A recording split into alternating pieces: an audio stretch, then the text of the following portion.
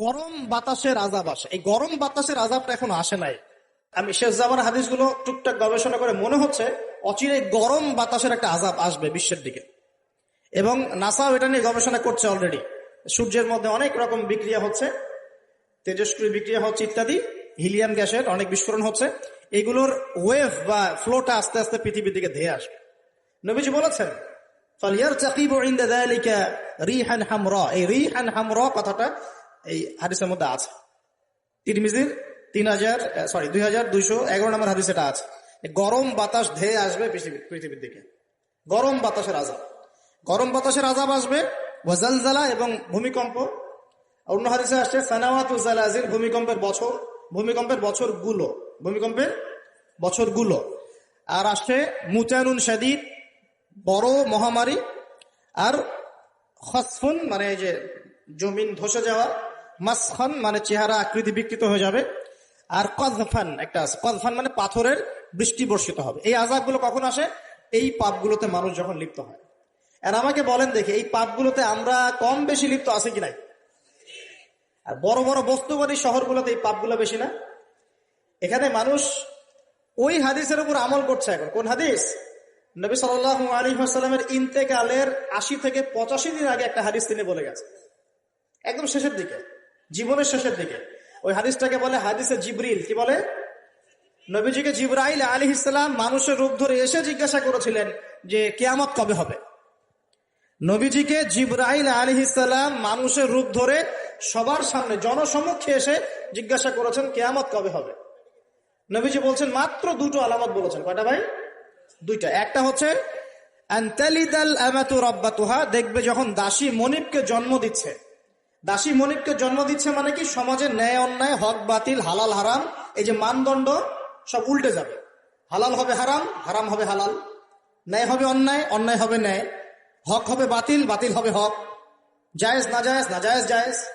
হ্যাঁ, মানুষ এই মানদণ্ড চেঞ্জ করে না এখন। বুঝতে পারছেন না মনে হয়?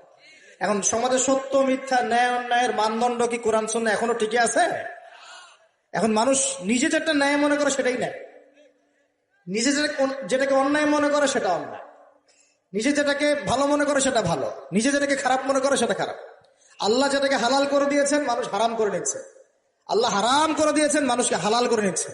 হচ্ছে কি না এগুলা? তো এই যুগ চলে আসে নাই যে দাসী মনিবকে জন্ম দিচ্ছে না? মানে মানদণ্ড উল্টে গেছে। আমার কথা কি বুঝতে পারেন? মানদণ্ড উল্টে গেছে। জিনিস ভালো মন্দের, ন্যায় অন্যায়, হক বাতিলের মানদণ্ড উল্টে গেছে। বলেন তো সত্য মিথ্যার মানদণ্ড কি? আমার বুদ্ধি না আল্লাহর ওহী? কোনটা? সত্য মিথ্যা, ন্যায় অন্যায়, হক বাতিলের চূড়ান্ত মানদণ্ড কি? আমার বুদ্ধি নাকি আল্লাহ পাকের কোরআন সুন্নাহ? কোনটা? কিন্তু সমাজে কি সেটাই বাস্তবায়িত আছে 100%? 50%ও কি আছে? তো এই সমস্যাটা কি চলছে কিনা? তার মানে কি আমাদের এই বড় আলামতটা আমরা দেখছি কিনা? দেখছি। গেল দুই নাম্বারটা। নবী বলছেন আনতারাল হুফাতাল উরাতাল আলাতা রিয়া আশাই ইয়াতাতাওয়ালুনা ফিল বুনিয়ান। নবীজি বলছেন যখন দেখা যাবে সমাজের সবচেয়ে দরিদ্র শ্রেণীর মানুষ, স্যান্ডেল কেনার টাকা ছিল না, কাপড় পরার টাকা ছিল না, এই শ্রেণীর মানুষ, রাখাল মানে গরু ছাগল চড়াতো, এই শ্রেণীর মানুষ উঁচু উঁচু অট্টালিকা নির্মাণের প্রতিযোগিতা করবে। ভালো করে বোঝেন, নবীজি বলছেন না ধনীরা, সমাজের ধনীরা অট্টালিকা নির্মাণের প্রতিযোগিতা করবে। নবীজি এই কথা বলছেন না হাদিসে। নবীজি বলছেন সবচেয়ে দরিদ্র শ্রেণীর মানুষ, রাখাল শ্রেণীর মানুষ, স্যান্ডেল নাই, গায়ে জামা নাই, এরা উঁচু উঁচু অট্টালিকা নির্মাণের প্রতিযোগিতা করবে। করছে কিনা? কিভাবে সম্ভব? এই শ্রেণীর মানুষের অট্টালিকা নির্মাণ না, নির্মাণের কম্পিটিশন করা কিভাবে সম্ভব?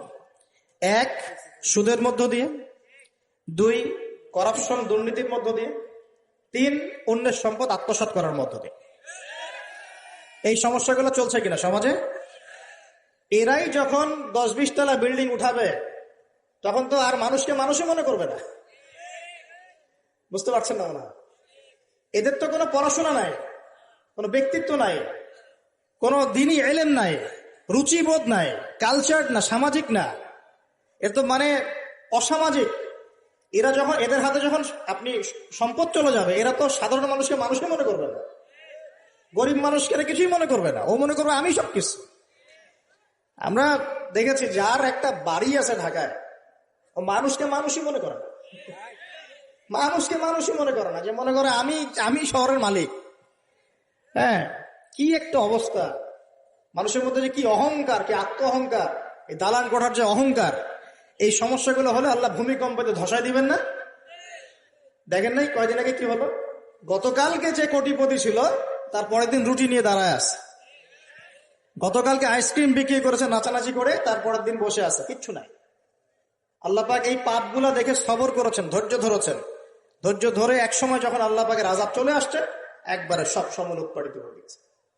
আমরা তো কারো দুঃখে খুশি না, বরং এগুলো সারা দুনিয়ার মুসলমানদের জন্য শিক্ষা। সারা দুনিয়ার মুসলমান যে যেখানে আছি, আমাদের সবার জন্য এটা শিক্ষা।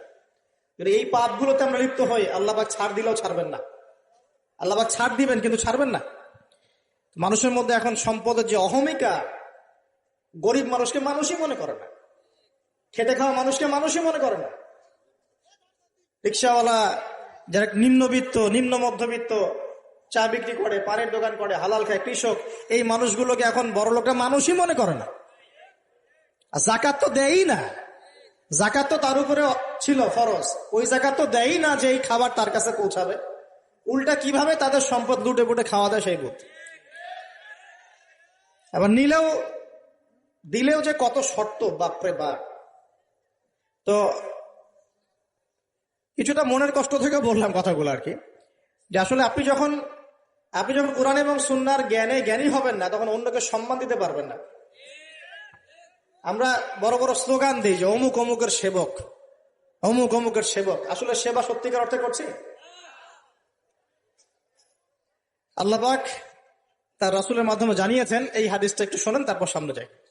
আল্লাহ পাক তার রাসূলের মাধ্যমে আমাদেরকে জানিয়েছেন, শোনো, আলা কুল্লুকুম রাইন, তোমাদের প্রত্যেকে হচ্ছে দায়িত্বশীল। তোমাদের প্রত্যেকেই দায়িত্বশীল। কেউ পরিবারের দায়িত্বশীল, কেউ ব্যবসা প্রতিষ্ঠানের দায়িত্বশীল, কেউ তোমার চাকরির প্রতিষ্ঠানের দায়িত্বশীল, কেউ সামাজিক দায়িত্বে আছো, কেউ প্রশাসনে, কেউ পররাষ্ট্র ইত্যাদি। তোমাদের প্রত্যেকেই দায়িত্বশীল। কুল্লুকুম রাইন ওয়া কুল্লুকুম মাসউলুন আন রাইয়াতিহি, এবং তোমাদের প্রত্যেককে যার যার দায়িত্ব সম্পর্কে আল্লাহ কিয়ামতের মাঠে জিজ্ঞাসা করবে। আমরা কি উত্তর দেওয়ার জন্য প্রস্তুত আছি ভাই? সবার আগে আমি দেখি, আমি আমার উপর দায়িত্বশীল না? মনে করেন আমি বা আমাদের মতো যারা আছেন, যারা দায়ী ইলাল্লাহ, আলেম ওলামা, যারা উম্মার জন্য ভালো চিন্তা করেন, জনগণকে পথ দেখানোর চেষ্টা করেন, তাদের উপর সবচেয়ে বড় আমানত হচ্ছে কোরআন এবং হাদিস। তাদের উপর সবচেয়ে বড় আমানতটা কি? কোরআন এবং সুন্নাহ, এই জ্ঞানটাকে সত্যটাকে স্পষ্ট করে দেওয়া, এইটার আলোকে সত্য মিথ্যাকে স্পষ্ট করে দেয়া। কতজন মানুষ এই কাজটা করতেছে? কেউ হিকমার দোহাই পেরে সত্য মিথ্যা স্পষ্ট করে না, কেউ চাকরি চলে যাবে এই ভয়ে সত্য কথা বলে না, কেউ আমার এই হবে সেই হবে কত কিছু চিন্তা করে সত্যের সাথে মিথ্যা তালগোল পাকায় সময় পার করতেছে।